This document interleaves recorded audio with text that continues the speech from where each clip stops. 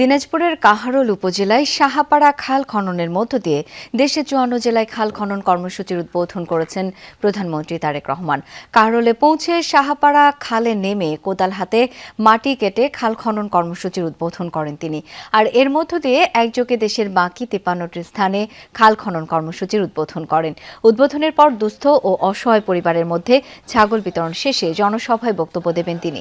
প্রথম দফায় ৬ মাসে ১২০০ কিলোমিটার এবং পর্যায়ক্রমে ৫ বছরে ২০,০০০ কিলোমিটার নদী-নালা ও খালবিল খনন করার পরিকল্পনা সরকারের।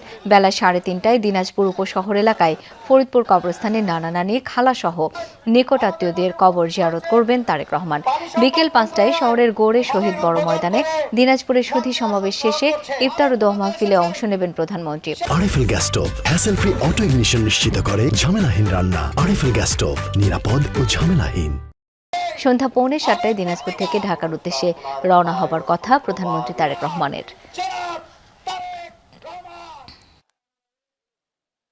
তারেক যে আসলে খাল খনন হলে আমরা এলে অল্প পানিতে ডুবে যাইত, হয়তো আর ডুববে না, এই জন্য আমরা এখানে আসছি। এখানে খাল খনন করলে মাছ চাষ করা যাবে, হাঁস পালন করা যাবে। বন্যার কারণে আমাদের ধানগুলো নষ্ট হয়ে যায়। এই নদীটা খনন হলে পানিটা সারাম বাইর হয়ে যাবে, আমাদের ষোলনা আবাদ হবে। এমন ক্ষমতা এখানে আশেপাশে যারা আছে তারা উপকারভোগী হবে, ফসল যেমনি উৎপাদন হবে তেমনি কর্মসংস্থানের ব্যবস্থা হবে।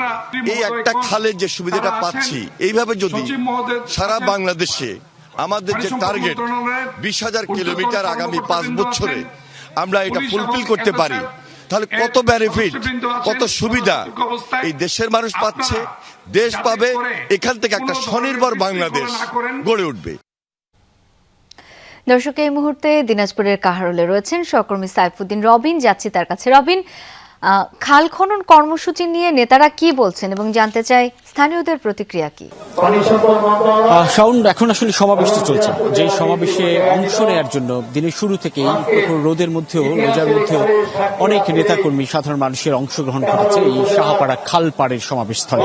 প্রধানমন্ত্রী মঞ্চে রয়েছেন, এখন এই মুহূর্তে বক্তব্য দিচ্ছেন নেতৃবৃন্দ, অর্থাৎ স্থানীয় বিএনপি নেতৃবৃন্দ যেমন বক্তব্য দিয়েছেন, ঠিক তেমনি দিনাজপুরের সবকটি সংসদীয় আসনে যারা বিএনপির প্রতীকে অর্থাৎ ধানের শীষ নিয়ে লড়ে সংসদ সদস্য নির্বাচিত হয়েছেন তারা বক্তব্য রেখেছেন। তারা মূলত স্থানীয় সমস্যাগুলোর কথা তুলে ধরেছেন প্রধানমন্ত্রীর কাছে। এই খাল খনন কর্মসূচির সুফল ভোগের পাশাপাশি স্থানীয় কোন কোন সমস্যার সমাধান করলে এই জনপদের মানুষের জীবন মানে উন্নয়ন ঘটবে, সেই সব বিষয়গুলো তারা তুলে ধরেছেন প্রধানমন্ত্রীর কাছে।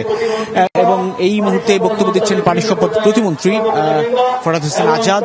তিনি এই অঞ্চলের অর্থাৎ পঞ্চগড়ের বোদা উপজেলা থেকে সংসদীয় আসন থেকে তিনি সংসদ সদস্য নির্বাচিত হয়েছেন। তিনি এখন বক্তব্য দিচ্ছেন। তারপর পানি সম্পদ মন্ত্রী আছেন দুর্যোগ ব্যবস্থাপনা মন্ত্রী, সমাজ কল্যাণ মন্ত্রী এবং স্থানীয় সরকার মন্ত্রী ও বিএনপি মহাসচিব ফখরুল ইসলাম আলমগীর। তাদের বক্তব্যের পরপরই প্রধানমন্ত্রী এবং বিএনপি চেয়ারপারসন তারেক রহমান বক্তব্য দেবেন।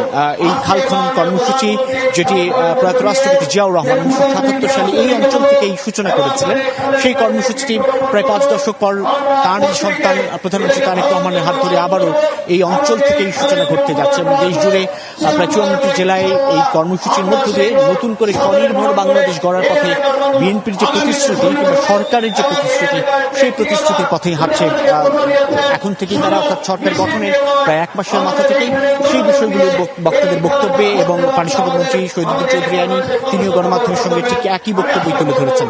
তারা বলছেন যে এই অঞ্চলের কৃষক এবং গোটা দেশের খাদ্যে স্বয়ংসম্পূর্ণ হয়ে ওঠার পেছনে এই খাল খনন কর্মসূচি ব্যাপকভাবে প্রভাব ফেলবে। প্রধানমন্ত্রী তারেক রহমান বক্তব্য রাখবেন, তার বক্তব্যের জন্যই আসলে অধীর আগ্রহে অপেক্ষা করছেন খালের দুই পারে অপেক্ষমান সাধারণ মানুষ এবং শিশু শ্রমজীবী মানুষ, কৃষক, যারা বক্তব্যের মধ্য দিয়ে শুনতে চায়, জানতে চায় প্রধানমন্ত্রী তারেক রহমান এই অঞ্চলের জন্য আর কি কি আশ্বাস নিয়ে এসেছেন আজকের এই কর্মসূচির উদ্বোধন করতে এসে। শাওন, রবিন, নিশ্চয়ই পরের আপডেটগুলো আপনার মাধ্যমে জানাতে পারবো দর্শকদের। অনেক ধন্যবাদ আপনাকে।